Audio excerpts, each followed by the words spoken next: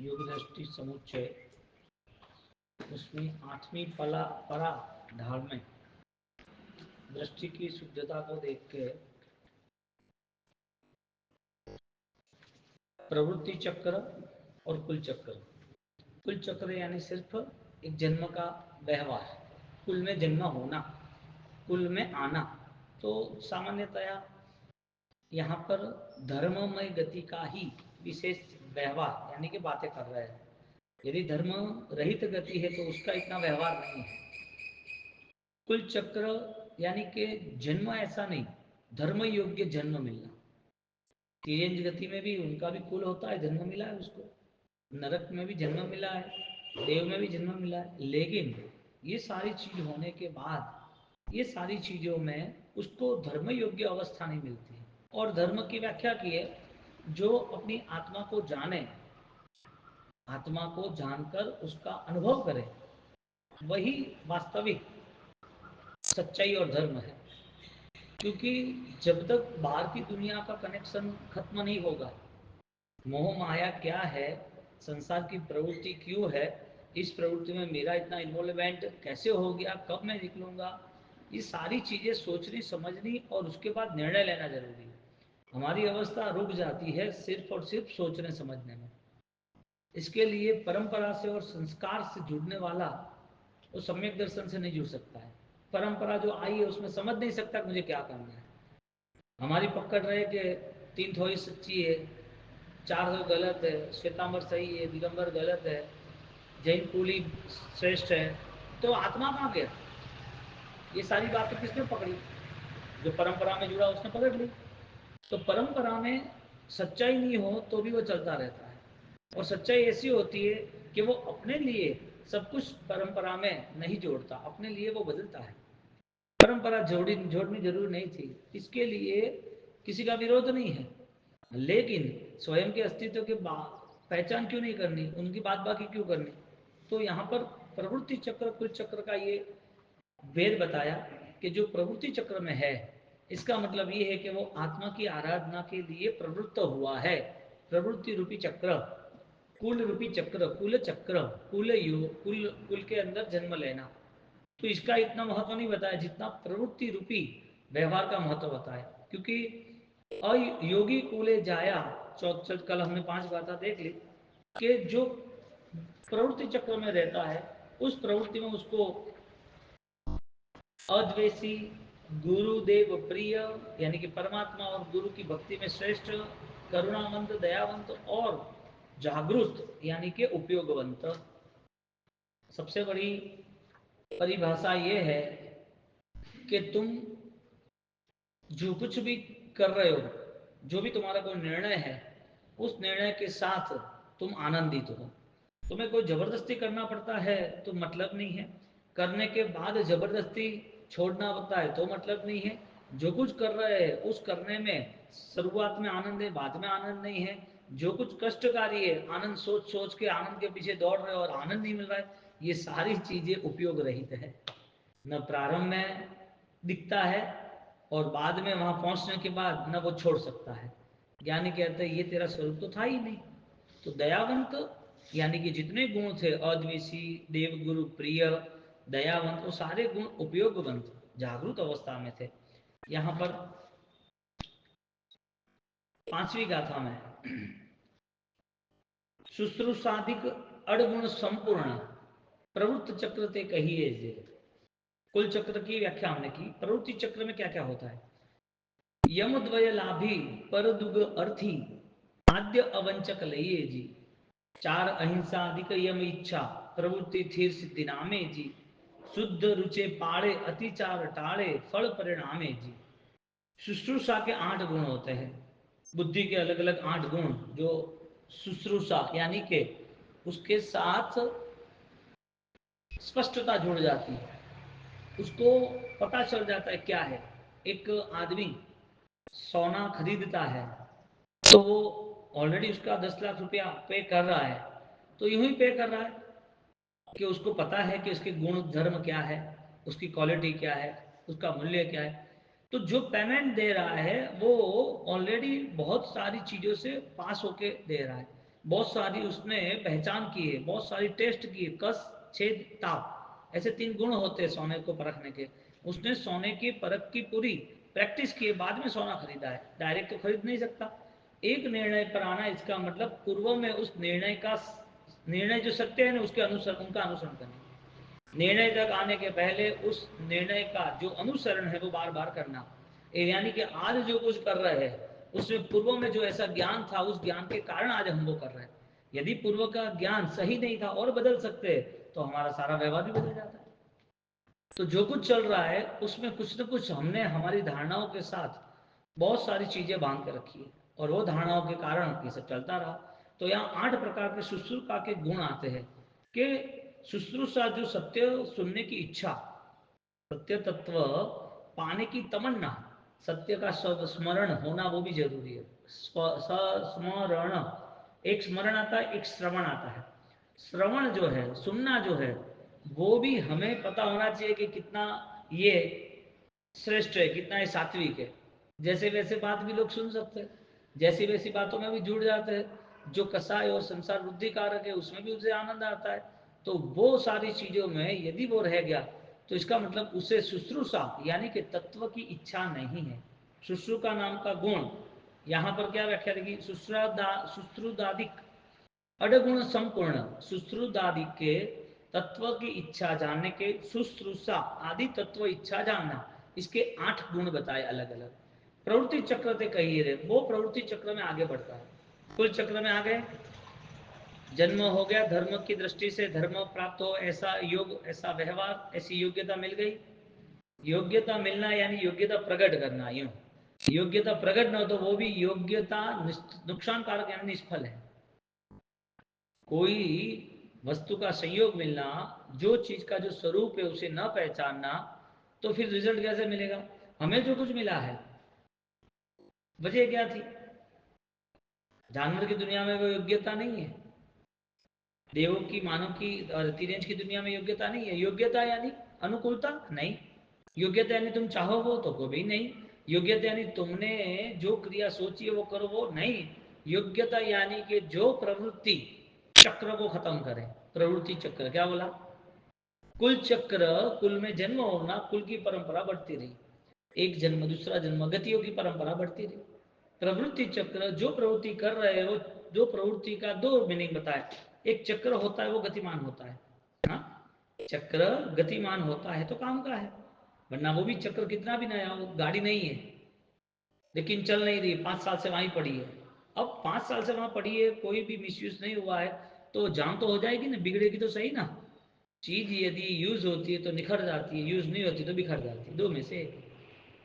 निखरना बिखरना वो उसके स्वभाव पे आधारित है। यहाँ कह रहे कि प्रवृत्ति के 2 हम अर्थ निकाल सकते हैं। एक, यदि जो चक्र है उसमें फंसा हुआ है, और दूसरा ऐसी प्रवृत्ति कर रहा है वो सारे चक्र को भेद लेता है, यानी कि भेद दृष्टि से साथ आगे बढ़ा। प्रवृत्ति कौन सी कर रहा है? चक्र का भेदन करने की प्रवृत्ति चक्र। तो प्रवृत्ति चक्र में 8 गुण जो है, शुश्रुदादिक गुण। कौन से? शुश्रु यानी तत्व ज्ञान, तत्व ज्ञान की जो इच्छा होती है, तत्व ज्ञान के लिए जो पुरुषार्थ होता है, इसे गुण कहते हैं। इसे 8 गुण है। श्रवण, तत्व को गुरु मुख से सुनना, एक। ग्रहण, पहले शुश्रूषा यानी तत्व जानने की इच्छा, दूसरा उस तत्व को गुरु के पास सीखना, सदगुरु के पास। तीसरा ग्रहण, जो सीखा हुआ है, जो समझा हुआ है, उसको स्थिर करना, ग्रहण करना कि भाई ये ऑलरेडी जो ग्रहण जो है वो मेरे पल्ले पड़ रहा है कि नहीं पड़ रहा है। वो सुनता है ना, तो वो अपने मन में वो सुना हुआ चीज वो ग्रहण करता है कि जीव ऐसा है। संसार में धर्म ध्यान शुक्ल ध्यान की ये अवस्था है, ये गुणस्थानक का क्रम है। भाव दशा में ऐसे जाना पड़ता है। परमात्मा ने जो मैत्री प्रमोद कारण माध्यस्थ भाव बताया वो ऐसा है। वो सारे पदार्थ को ग्रहण करने की क्षमता रखता है। अब तुम यहाँ सुनो और सुनने के बाद तुम्हें अच्छा लगे, और तुम्हें साल भर के बाद पूछो कि तुमने इसके पीछे, हाँ, दृष्टि की शुद्धि के लिए कोई पुरुषार्थ किया, तुम्हारी आत्म साधना की वृद्धि हुई, इसका मतलब तुमने तत्व ज्ञान सुनने के लिए मन बनाया था, सुनने के लिए अच्छा लग रहा था, परिवर्तन रूपांतर के लिए इच्छा नहीं रख जताई। क्योंकि उसमें पुरुषार्थ करना पड़ता है। इसमें तुम्हारा क्या पुरुषार्थ बताओ? तो आपका क्या पुरुषार्थ? आपको 1 घंटा बैठना है ना, कोई पुरुषार्थ तो नहीं ना। भगवान के पास जाना है, पूजा आधा घंटा, पौना घंटा, 1 घंटा, 2 घंटा, उसमें क्या पुरुषार्थ है? कोई भी क्रिया का पुरुषार्थ सामान्य साबित होता है यदि रूपांतर नहीं होता है तो। कोई भी अनुष्ठान में तुम जुड़े हो और तुम्हारे भाव की, तुम्हारी आध्यात्मिक स्थिति तुम यदि देख नहीं सकते हो और परिवर्तन नहीं आ सकता है, ऐसे निर्णय बिना की सारी क्रियाएं, सम्यक दर्शन रहित, अनुभव रहित सारी क्रियाएं, वो सामान्य है, निष्फल है। क्योंकि ये वाक्य कड़क हो जाता है, निष्फल है ऐसा बोलेंगे तो। लेकिन सही बात तो ये है कि कोई भी कितनी भी भयंकर बीमारी हो, अभी उसकी सर्जरी या ऑपरेशन या ट्रीटमेंट हैवी हो तो करनी ही पड़ेगी ना। अब ये बात सुन के नहीं, सम्यक दर्शन नहीं है तो क्या हुआ, क्रिया तो कर रहा है ना, भगवान के पास तो जा रहे हैं, जाओ ना। कोई आदमी मेहनत करके 100 रुपया कमाता है दिन का, 200 रुपया कमाता है, कोई मेहनत करके 2 लाख कमा रहा है।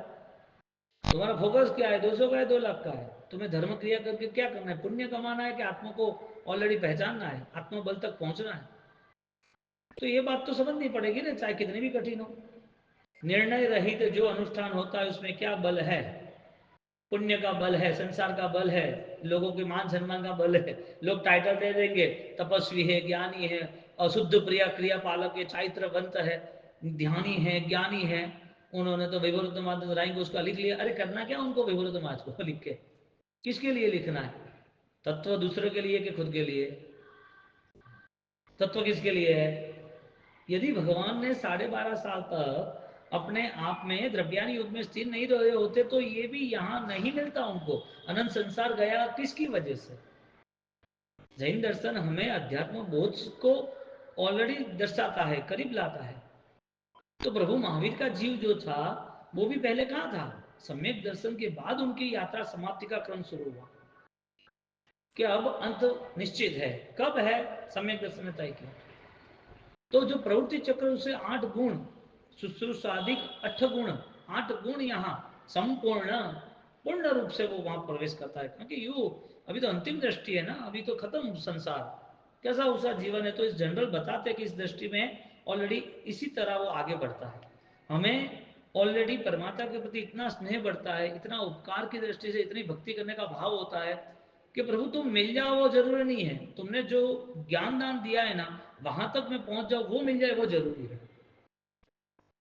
जैन दर्शन में कहीं भी किसी व्यक्ति को हम आत्मदान नहीं कर सकते, भावदान नहीं कर सकते, सिर्फ ज्ञान दान हो सकता है। ज्ञान दशा तो स्वयं की है। ये चर्चा विचारणा जो चल रही है, अध्यात्म की जो बातें चल रही है, ज्ञान दान है। लेकिन ज्ञान दशा वो कोई किसी को नहीं दे सकता। गुण दशा, गुण अनुभूति कोई किसी को नहीं दे सकता।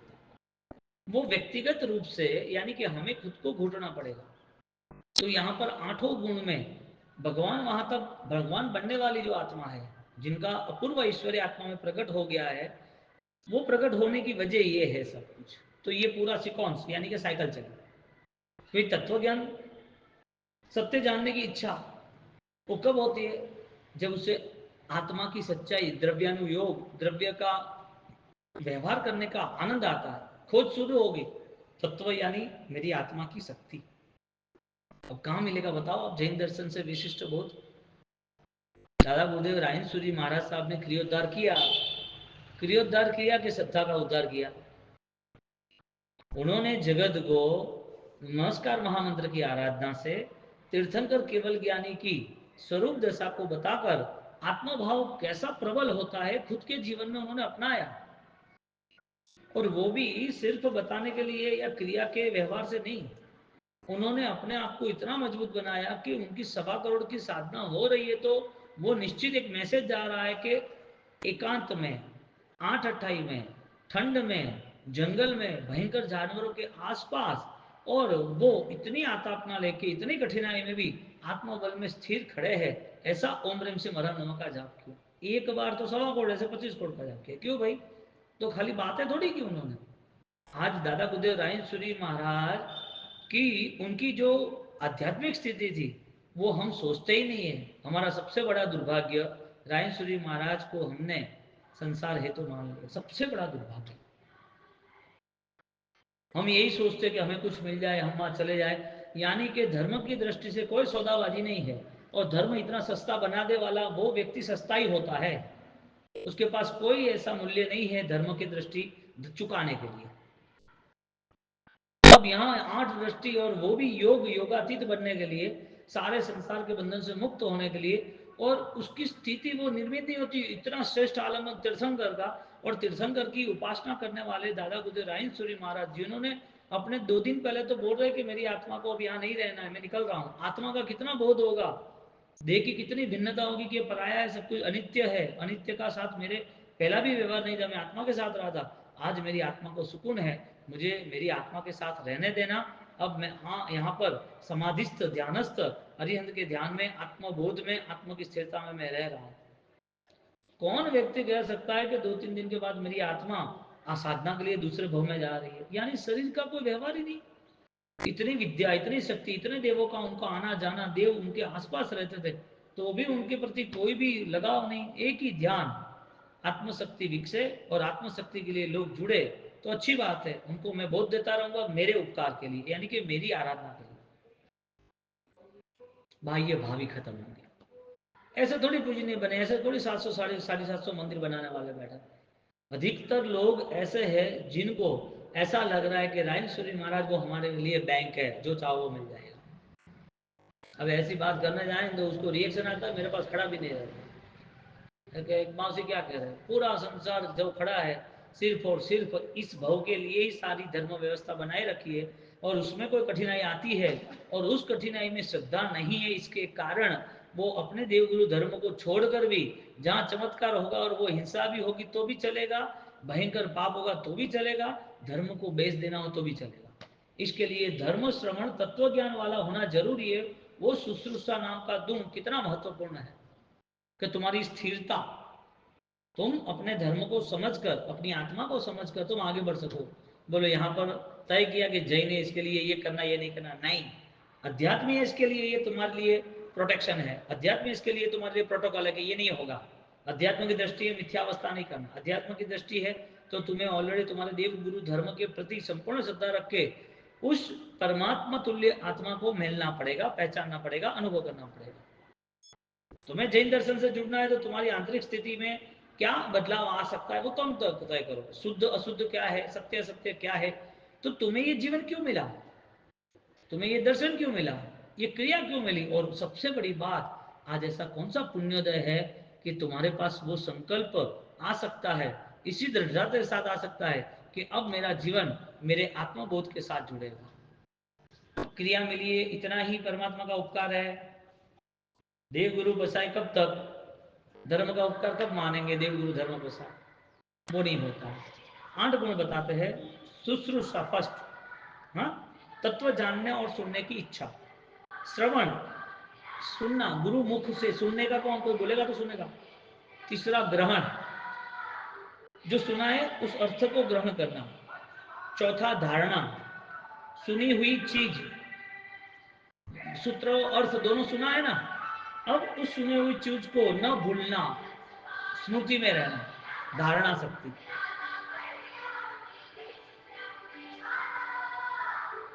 तुम्हें नौकार याद है ना, लोगस भी याद है ना, क्यों रटा हुआ है, ढंग से रटा हुआ है। तुम्हें पता है कि रोज सुबह शाम हमें बोलना ही है, लेकिन तुम्हें कोई अतिचार पूछे तो, शास्त्र के पदार्थ पूछे तो तुम्हें वो ध्यान नहीं आता।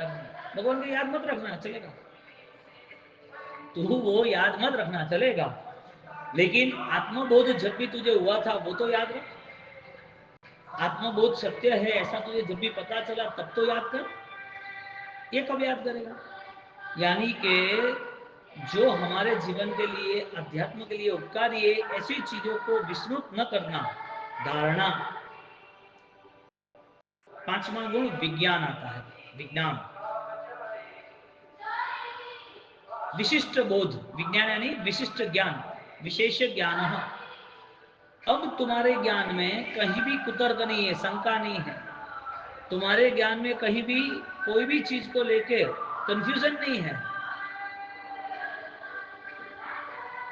8वीं दृष्टि में ये सारे गुण है, और होने ही, ये सीधी बात है ना। राजा का बेटा है तो झूठा थोड़ी खाएगा, फुटपाथ पे थोड़ी सोएगा, फटे टूटे कपड़े थोड़ी पहनेगा, वो रोता थोड़ी रहेगा। राजा का बेटा है ना, राजकुमार का एक अस्तित्व होता है। आठवीं दृष्टि में जो साधक मोक्ष के करीब है उसका ये अस्तित्व है कि ऐसे ऐसे गुण में वो कितना आगे निकल गया जीवन।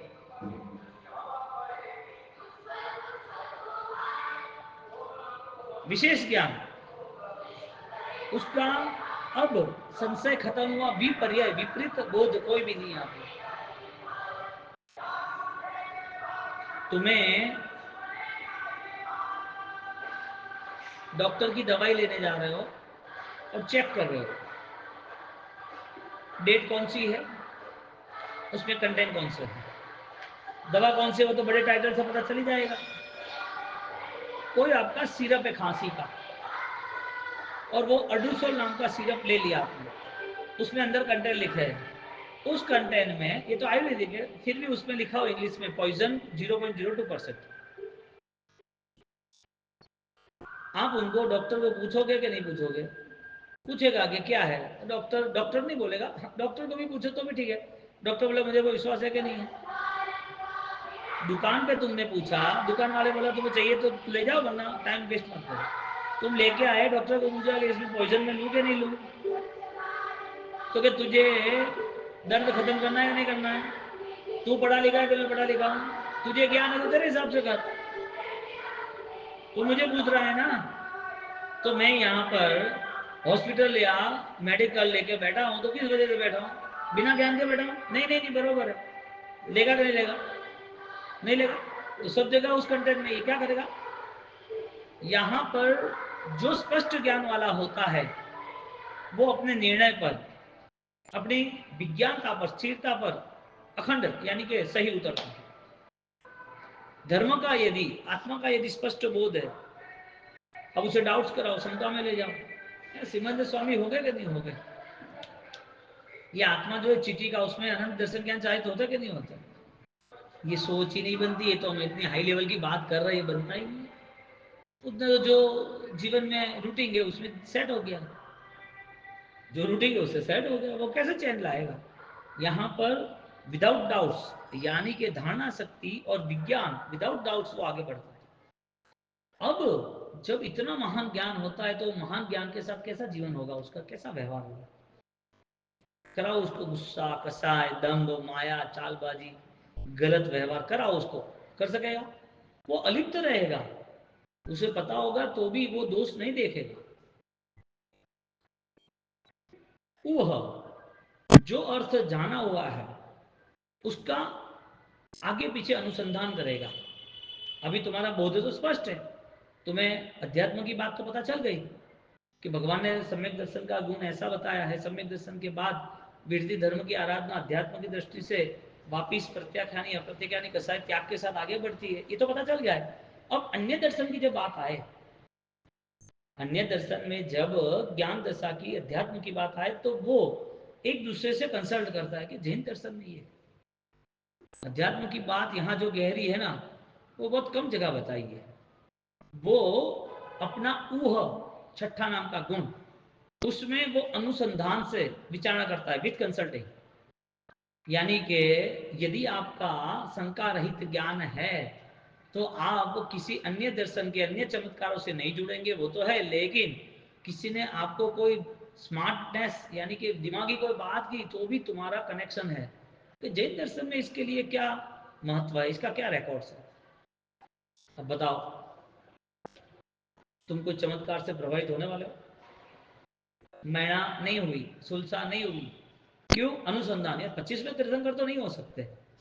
चंदन बाला को डिस्टर्ब करने के लिए, सॉरी, सुलसा को डिस्टर्ब करने के लिए कई रूप बनाए उसने। हाँ, कितने रूप बनाए अलग अलग।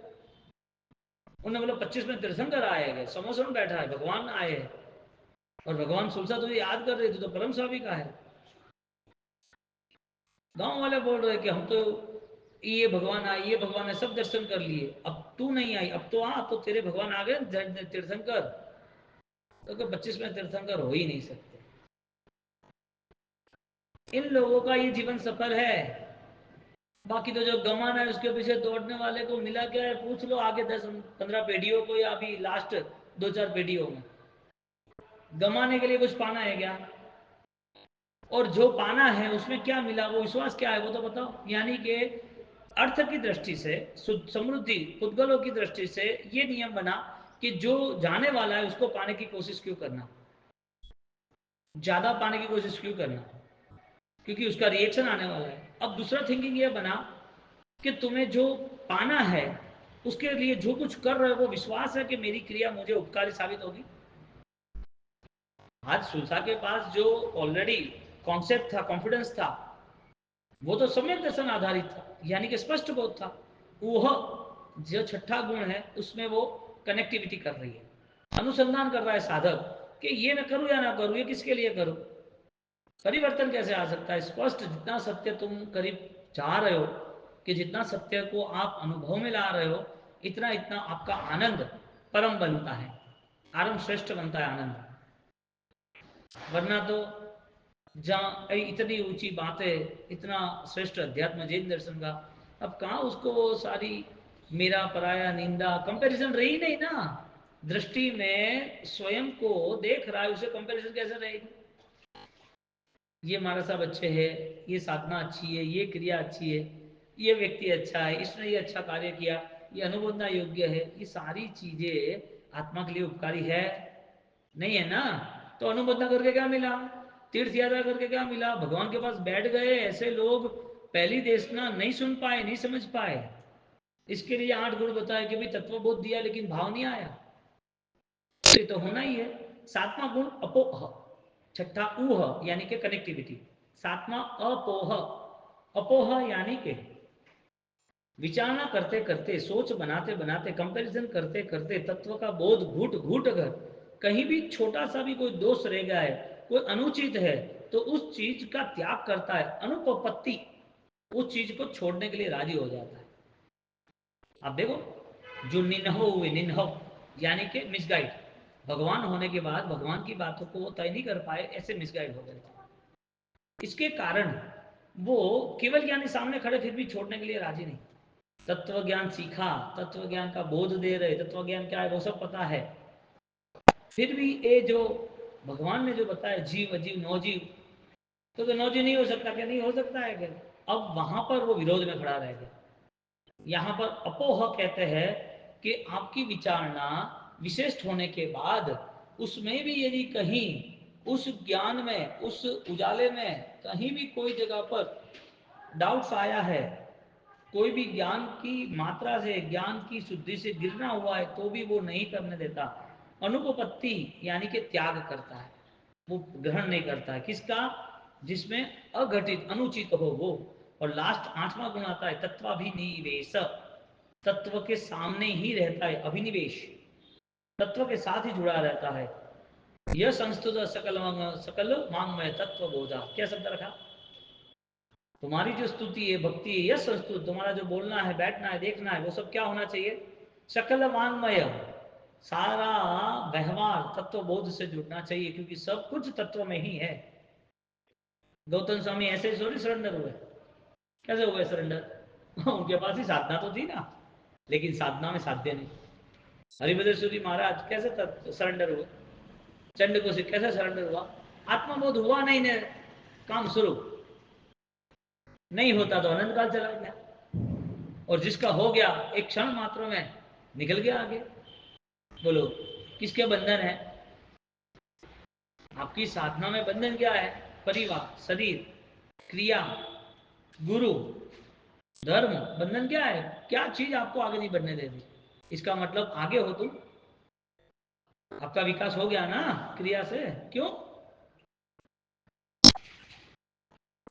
बिन अध्यात्म जे क्रिया ते तनुमल तोले, अध्यात्म मन जे क्रिया ते तनुमल तोले, अध्यात्म के बिना की क्रिया, शरीर का जो मैल होता है ना वो आदमी निकाल ही देता है, बातें करता है तो निकालता रहता है। अध्यात्म बिना की क्रिया साली मूल्य रहित बताई है, ऐसा उपाध्याय यशो विजय महाराज ने कहा है। और अब स्टेटमेंट ये है, आपको बहुत सारे डाउट्स है तो और ज्ञानी को मिलो, किताब लेके जाओ, जो 400-500 साल पहले के जो 1000 साल पहले के, जो प्रभु महावीर के स्टेटमेंट है उसको सोचो। हमारी सोचने की क्षमता नहीं है, इसके लिए विरोध थोड़ी करना। हमारी सोचने की, स्वीकारने की, परिवर्तन की क्षमता नहीं है, इसका मतलब हमें निंदा ईर्ष्या करनी क्या? ईर्ष्या निंदा का मूलभूत सेंटर पॉइंट यही है, तुम्हें बदलना नहीं है।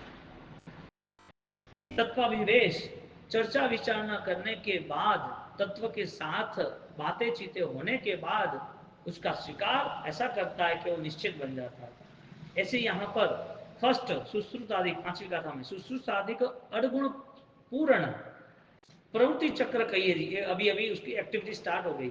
यमद्वय लाभी परदुग अर्थी आद्य अवंचक लहिए जी। यमद्वय लाभी,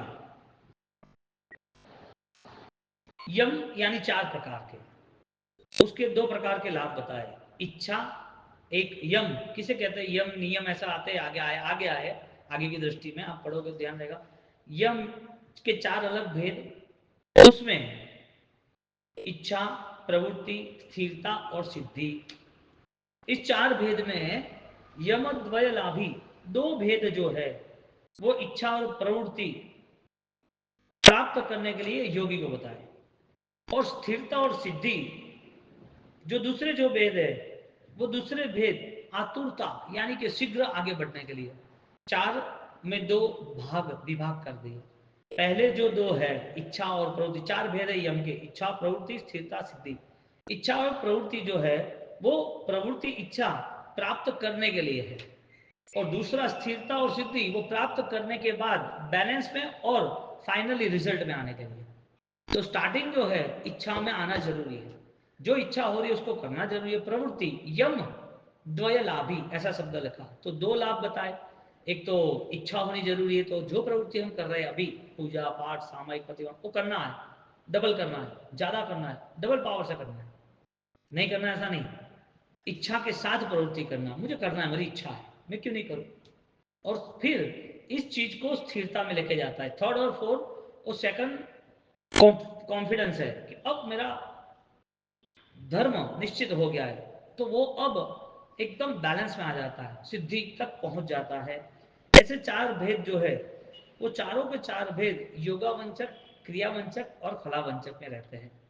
तो यहां पर परदुगर्थी आद्य अवंचक कहिए जी। अब तीसरी बात आई, ये 4 भेद में स्थिरता आती है, फिर अवंचक लहिए जी। 3 अवंचक, वंचक यानी चिटिंग, अवंचक यानी रियल, नो चिटिंग, चिटिंग नहीं करना, चीट नहीं करना, किसी को फंसाना नहीं, चालबाजी नहीं करना। यहां बताते योग अवंचक यानी योगावंचक, क्रियावंचक और फलावंचक। योग करते हो तो वो योग भी निष्फल थोड़ी होना चाहिए, यहां पर वहां से मुक्त होने की बात करते हैं। आद्य अवंचक लहिए जी, उसकी सारी प्रवृत्ति उसके आत्मा के साथ जुड़ी है, इसके लिए निष्फल नहीं है। योगावंचक यानी योग की सफलता, योग निष्फल नहीं है। अवंचक यानी निष्फल, वंचक यानी छेतरना, निष्फल, अवंचक यानी अनिष्फल। योग है वो अवंचक है, यानी योगावंचक शब्द रखा। योग से वो निष्फल नहीं बना, जो अनुष्ठान हुए वो फलीभूत हुए। क्रियावंचक, जो बार बार क्रिया हो रही है वो भी फलीभूत है। और फलावंचक, उस क्रिया में वो इतने आगे बढ़ गए उसे निश्चितता वो फल मिला ही मिला। तो क्या अर्थ रखा? यमद्वय लाभी परदुग अर्थी आद्य यानी प्रथम अवंचक लहिए जी। ऐसा अवंचक 3 बताए, पहले 8 गुण बताए सुश्रुतादिक के जो प्रवृत्ति चक्र में आते हैं, फिर यमद्वय लाभी 4 यम बताए, इच्छा प्रवृत्ति वो दोनों एक्टिविटी के लिए, स्थिरता और सिद्धि वो रिजल्ट के लिए। और आगे बताया अवंचक, 3 अवंचक बताए, पहले योगावंचक, क्रियावंचक और फलावंचक। तीनों में वो कॉन्फिडेंस क्लियर कि मैं कहीं भी ऑलरेडी गिरूंगा नहीं। बोलो, आपकी क्रिया में भी शुद्धि चाहिए ना, हाँ? मन वचन काया का योग, उसमें भी शुद्धि चाहिए ना, यानी कि माया नहीं चाहिए ना। और फल कॉन्फिडेंस है कि मेरा सामयिक आनंददायक है, मेरा साधना बल, मेरा औषध, मेरी पूजा मस्तिदायक है। उसकी क्रिया का इतना लेवल पावरफुल हो जाता है वो रिजल्ट पा ही लेता है। यानी कि कोई गाड़ी बंद होती है तो कितना भी सेल मारते रहो, कुछ भी करते रहो, तो वो धीरे धीरे चालू होती है, धक्का मारने चालू होती है, कुछ ना कुछ करंट नहीं आता, पेट्रोल कुछ ना कुछ तो सेट करना पड़ता है। पत्थर होता है तो भी नहीं आगे जाती, लेकिन कुछ भी नहीं है और वो गाड़ी 300 की स्पीड में फरारी जैसे चलती है, वो सेल घुमाए निकाल जाएगी सीधी। एक व्यक्ति तो ऐसा है फलावंचक जैसा, वो क्रिया करता है तो इतना विश्वास होता है, वो सीधा हाइट पे चला जाता है, इतनी परिणाम की आराधना क्रिया के साथ जुड़ जाती है, उस क्रिया का अनुभव इतना बेस्ट होता है, वो लगातार उसमें रहता है। यहाँ पर ये बताया 4 अहिंसाधिक यम इच्छा प्रवृत्ति स्थिर सिद्धि नामे जी, जो हमने अभी देखे। फिर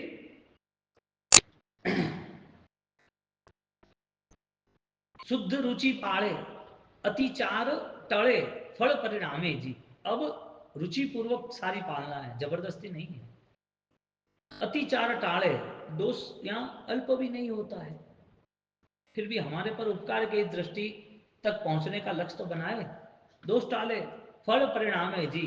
अब उसका फल उसको नजदीक दिख रहा है, सिद्धयम, सिद्धि का फल उसका नजदीक हो गया। इसी तरह 5वीं गाथा में यहां पर तीनों चीज बता दी। एक शुश्रूषा के 8 गुण, हाँ, शुश्रूषा, श्रवण, ग्रहण, धारणा, विज्ञान, ऊह, अपोह और तत्वाभिनिवेश, 8 गुण बताए। उसके साथ साथ यम 4 प्रकार के, जिसमें यम द्वय लाभी बताए, जिसमें इच्छा प्रवृत्ति एक पार्ट और दूसरा पार्ट स्थिरता और सिद्धि, बरोबर, एक एक्टिविटी और सक्सेस एक्टिविटी।